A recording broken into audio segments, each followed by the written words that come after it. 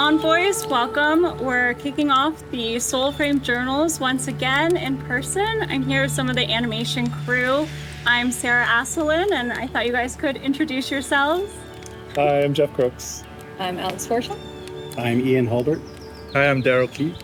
Great, and thanks for being here, guys. I was hoping you could maybe start us off with a little bit about the inspiration of animating a world like Soulframe and maybe what that process is. I think inspiration-wise, when Steve and I were talking about starting up a new game, a big factor for us was making sure it was as much of a contrast in tone to Warframe as we can be, but also kind of leaning into the strengths and the lessons we've learned from Warframe.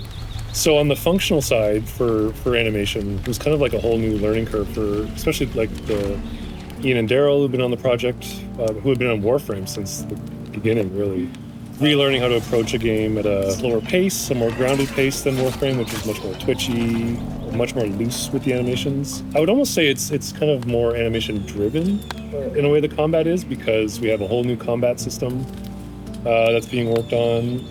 Daryl is doing a whole new player movement set, and there's a whole new animation system that Daryl on the content side is building with the programmers. We're using something new called motion matching for Soulframe, which is a little more, content-wise, a little bigger than what we use. A little bit. Yeah, a little bit. Poor Daryl, like 2 weeks before ConOCon, was like, "Hey guys, I just finished my 750th animation for the Envoy." Yeah, that was just two weapon grades. Yeah. A little more.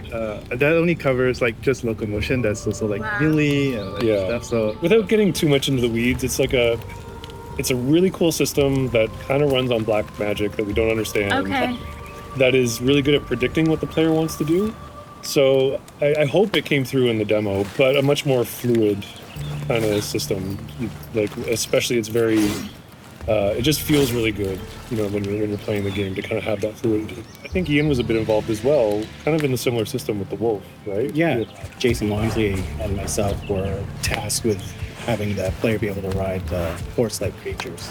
We worked with Dan Brewer, who's an amazing programmer who wanted to do the motion matching approach. So he would give us a list of animations he's going to need, and we would bang through this big library, and we'd plug it all in, and like Jeff was saying, everything was just much more fluid and smooth, and we learned what we needed to know on Warframe. So it was really easy to just bring all that tech and the same approach to Soulframe for the wolf. So again, working with Dan, just giving me the library. We kind of did similar to what we've done with the horse.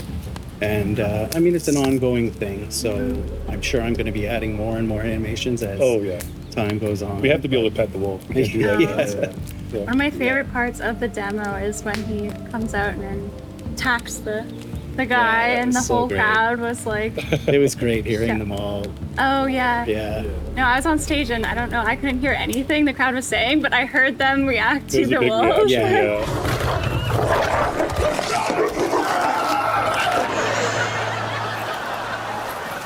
Alex, you worked on the Garen fight. That was your big Garen start to things. I was wondering if you could talk about what it was like to animate the boss fight and coming on to this project. It was zero pressure, right? Oh, no, not at all. No, just a little... Never done a boss fight before. The way that it evolved, originally the scope was just supposed to be Garen, which is supposed to be the one. And then we added the aura to it. But it really made a big difference as far as the emotional, the storytelling ability. So I didn't begrudge it, but... No, it was great. I had so much fun doing it. Alex really nailed kind of what we wanted to do thematically and it's a subtle thing. It's not easy to do. I think it takes a lot of skill as an animator to do this, but kind of convey, that this animal's in pain and not fully in control of itself. And there's some beautiful animations that weren't even really shown in the demo because we showed an edited version of that. That we'll see more on the ship version, but, we don't want these to be stories of black and white. We want them to be shades of gray, where there's redemption stories and angles and worked into the functionality of the boss fight. The last few weeks, it changed so much as everything was put in, and seeing Garen fight with the music, the sound, it was just so wow, I was like, okay, this is something Yeah. special. And it here. really was just a small part. There's Yeah. so much more to that fight that, you know, we're going to get to We're gonna fleshing see. out. So. So leading up to it, a lot of times what I would do is I block out the cinematics. And so I blocked out in a really, like it was rushed. And I was like, I'm really sorry, Alex. Here you go. And I did not set her up very well for that. I just gave her really blocked out timing and rudimentary posing.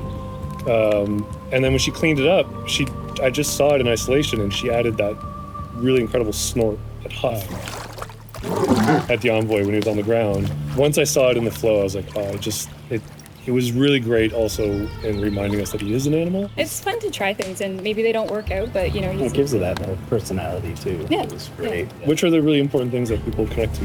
Yeah. Yeah. Speaking of talking animals, where we weren't sure Yeah, if we yeah. were going to include any within, there was a bit of a back and forth. I was It's a hot wondering, yeah, what your guys' thoughts are on including that, making Garen speak, and do you have an opinion?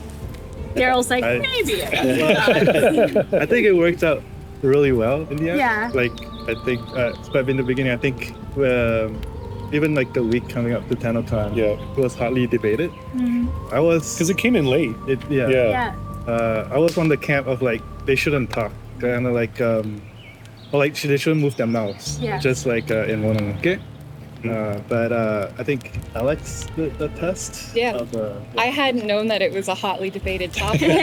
Just what happened for me was when I first saw the Hanson Garen rig, shout out to our rigger Hoda, the facial rig was so detailed and good that I was like, you know, I think I can do lip sync with it. Jeff, I know you mentioned this demo was just a hint of what's to come and that there's more on the way.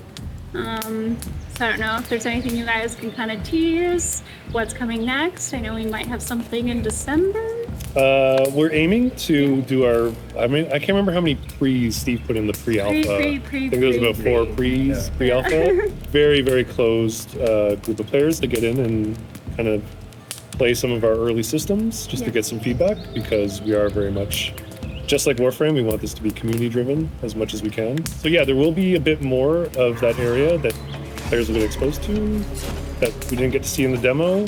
Yeah, in the meantime, we have some other Omen Beasts in the works that will need saving. We might have some Sprout Folk expansion Oh, in the works. another sprout avocado man. Yeah, it's very early days, and I think if people want to stay tuned, there's going to be a whole bunch more to show. Yeah. And we're hoping to make this regular so that we can kind of keep people up to date with just how much the game is growing. And Sounds where good. it's going. Gonna hold you to that. Oh no. Bet you bet.